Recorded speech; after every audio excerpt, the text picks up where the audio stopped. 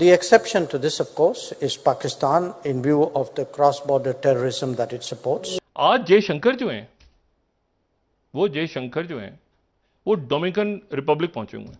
अभी Dominican Republic में पहुंच के उन्होंने जो बयान, मैं जयशंकर साहब से बड़ा मतलब मैं हैरान हूं कि वैसे तो माफ कीजिएगा 1971 में कोई इतनी छोटी आर्मी तो नहीं थी हमारी, काफी बड़ी आर्मी थी।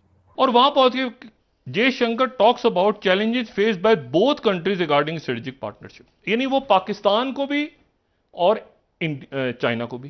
देखिए इस मुल्क का बड़ा पोटेंशियल है, ये $50 बिलियन आईटी में कमा सकता है। फिर 71 में हमने जंग शुरू की थी, इंडिया ने नहीं की थी, हमने जंग शुरू की थी जब 5 दिसंबर 1971 को हमारे जहाजों ने 11 नॉर्दर्न इंडिया के एयरफील्ड्स पे अटैक किया था। यहां से जंग शुरू हुई थी 5 दिसंबर को, और 16 दिसंबर को फिर हमने हथियार डाल दिए थे। मैं ये एक्सपेक्ट नहीं कर रहा था। आप यकीन करें, जयशंकर साहब ने आज जो बात की है ना डोमिनिकन रिपब्लिक में जाके पाकिस्तान और चाइना के बारे में, वो खुद अपने इंटरव्यू में ये बात तस्लीम कर चुके हैं कि इंडिया से हर मर्तबा जंग हमने शुरू की और हर मर्तबा शिकस्त हमने खाई। ये कहते नजर आते थे, ये बांग्लादेश वाले जो हमारे बड़े हैं, हम सुनते ये कहते नजर आते थे कि ये 2 दिन नहीं चलेगा, 4 दिन नहीं चलेगा, ये वापस आ जाएगा। उसको हम कहते थे ये टका है, फलाना को कहते तुम्हारी टके जितनी औकात नहीं है। अब वो टका 2.18 या 2.3 तक पहुंच गया है। अफगान के अंदर 20 साल जंग रही है, 2 सुपर पावर वहाँ पे वो खत्म हुई है, उसका भी 1.8 हो गया या 1 कितना इतना ही। हेलो दोस्तों, भारत के विदेश मंत्री एस जयशंकर डोमिनिकन रिपब्लिक में अपनी पहली आधिकारिक यात्रा के दौरान डोमिंगो पहुंचे। उन्होंने यहां पाकिस्तान को खूब खरी खरी सुनाई। एस जयशंकर ने वहां पर कहा कि भारत ने अपने क्षेत्र में तेजी से विकास और कनेक्टिविटी को बढ़ते देखा है। हालांकि पाकिस्तान से आ रहे आतंकवाद के कारण ये सहयोग पाकिस्तान के साथ मुमकिन नहीं हो सका। इस मौके पर जयशंकर ने सीधा पाकिस्तान का नाम लेते हुए पाकिस्तान को आतंकी मुल्क बता दिया। जयशंकर ने आगे बताया कि भारत कई देशों के साथ बिना किसी शर्त के साथ संबंध बढ़ाने की कोशिश कर रहा है, फिर वो चाहे अमेरिका हो, यूरोप, रूस हो या फिर जापान हो। अब जयशंकर के द्वारा पाकिस्तान का सीधा नाम लेने से पाकिस्तानी मीडिया के होश उड़े हुए हैं। तो चलिए दोस्तों, इसी पर पाकिस्तानी मीडिया का रिएक्शन देखते हैं। आज जयशंकर जो हैं, वो डोमिनिकन रिपब्लिक पहुंचे हुए हैं। अभी डोमिनिकन रिपब्लिक में पहुंच के, अभी डोमिनिकन रिपब्लिक कहाँ है? वो कैरिबियन, यानी America, United states of north America से नीचे, गल्फ ऑफ मैक्सिको, फिर सेंट्रल अमेरिका के साथ, और फिर इधर जो आपका साउथ अमेरिका से ऊपर कैरिबियन, ठीक है, गल्फ ऑफ मैक्सिको है ऊपर, उसमें जजायर हैं बहुत सारे, उसमें 17 जजायर तो मुल्क हैं, कुछ कॉलोनीज हैं। डोमिनिकन रिपब्लिक की इंपॉर्टेंस ये है कि एक तो जाहिर है कि कैरिबियन के अंदर एक बड़ा ज़बरदस्त किस्म का उनका मुल्क है, इंडिपेंडेंट मुल्क है। अब वहाँ पे जयशंकर पहुँचे हैं, और वहाँ पहुँच के उन्होंने जो बयान, मैं जयशंकर साहब से बड़ा मतलब मैं हैरान हूँ कि वो इस वक्त किस किस्म की उनकी policy. Times of India, 3rd slide, India China ने कहा था ना कि नॉर्मल है हमारे, उनका कल ये स्टेटमेंट आया था कि नॉर्मल मैनेजमेंट की तरफ हम जा रहे हैं, कल ये स्टेटमेंट था। आज जयशंकर साहब ने वहां जाके कह दिया है कि कहां पे कह रहे हैं, अब ये उनके राजनाथ नहीं है, ये हैं जयशंकर। ये राजनाथ जी के बाद वो कह रहे हैं कि वहां पे खड़े होके, जो कि बेल्ट एंड रोड का हिस्सा है, कि China ties with India ties with China abnormal due to violation of border. में आज जो खबर है ना आज की, ये 12वीं slide, times of India, Indo Dominican business event, वहां पे पहुंचे हुए हैं डोमिनिकन रिपब्लिक में वजीर खारजा, जिनका मेजबान बनना है पाकिस्तान के वजीर खारजा ने। और वहां पहुंच के Jaishankar talks about challenges faced by both countries regarding strategic partnership, यानी वो पाकिस्तान को भी और चाइना को भी।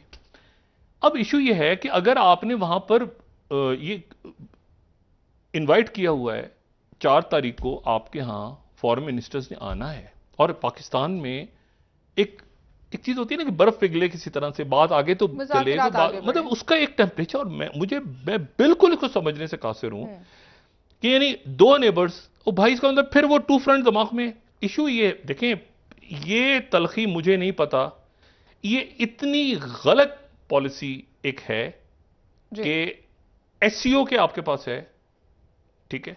अब मुझे बताएं, ये जो G20 होना है, शी जिनपिंग कहते हैं मैं नहीं आ रहा, तो कई मुल्क कहते हैं कि हम नहीं आ रहे। देखिए इशू ये है सारा कि इसमें ये एक बड़ा अच्छा फोरम था, जैसे सार्क पहले तबाह हुआ, अब एससीओ को खराब कर दिया। सर एक ब्रेक ले लेते हैं डॉक्टर साहब, वापस आके बात करेंगे मजीद इस सवाल मैं ये एक्सपेक्ट नहीं कर रहा था। आप यकीन करें जयशंकर साहब ने आज जो बात की है ना डोमिनिकन रिपब्लिक में जाके पाकिस्तान और चाइना के बारे में, ये नहीं आप मुझे बताएं, आप कैरिबियन, इंडिया और को बात करें, बिजनेस, हजार बातें हैं।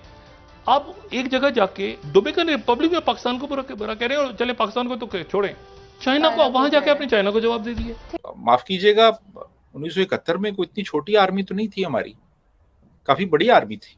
देखिए 47-48 में हमने कबायली भेजे कश्मीर में, और उन्होंने वहां जाके हमले किए, लूटमार की, और जब ये आगे बढ़ रहे थे तो फिर उसके बाद वो जो महाराजा हरी सिंह था उसने इंडिया को कहा कि मेरी हेल्प करें, और फिर इंडिया ने वहां पे कमांडोज उतारे, हमने अटैक किया था 47-48 में।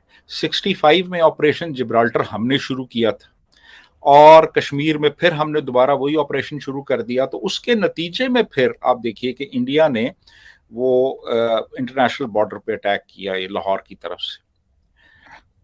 फिर 71 में हमने जंग शुरू की थी, इंडिया ने नहीं की थी, हमने जंग शुरू की थी जब 5 दिसंबर 1971 को हमारे जहाज़ों ने 11 नॉर्दर्न इंडिया के एयरफील्ड्स पे अटैक किया था। यहां से जंग शुरू हुई थी 5 दिसंबर को, और 16 दिसंबर को फिर हमने हथियार डाल दिए थे। फिर कारगिल हमने किया था कि वो एक अनरिटन अंडरस्टैंडिंग थी कि सर्दियों में हम भी पीछे आ जाते थे, अपने मोर्चे छोड़ के वो भी पीछे चले जाते थे। तो वो पीछे चले गए हुए थे, तो ये मुशर्रफ ने और कुछ 3-4 और जर्नैलों ने मिलके वो वहां पे कब्जा कर लिया जाके उनके मोर्चों के ऊपर। तो फिर वो कारगिल की जंग हुई थी।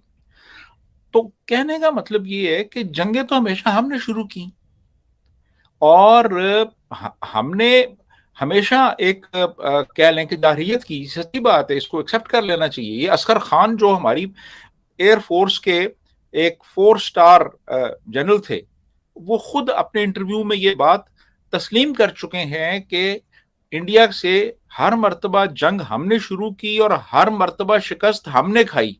ये असगर खान कह चुके हैं, वो मौजूद है यूट्यूब पे, वो उनका वो जो इंटरव्यू है आप देख सकते हैं वहां पे। तो कहने का मतलब ये कि इंडिया जो है, इंडिया इंटरेस्टेड नहीं है इन चीजों में। वो इकोनॉमी को अपनी आगे लेके जा रहा है, वो एक इंडस्ट्रियल पावर बन रहा है। वो इस वक्त दुनिया की 5वीं बड़ी इकोनॉमी है, जो कि 2030 में तीसरी बड़ी इकोनॉमी होगी।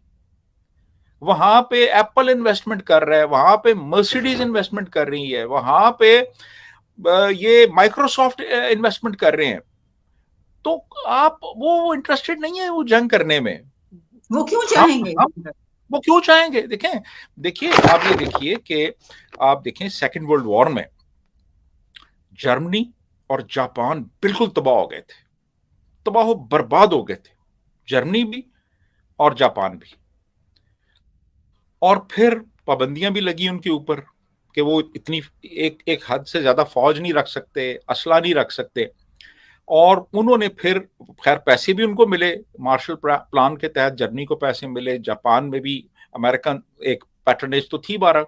तो वो फिर इकोनॉमिक डेवलपमेंट की तरफ आए, और आज आप देखिए कि जापान कहाँ पे है, जर्मनी कहाँ पे है, और हम कहाँ पे हैं।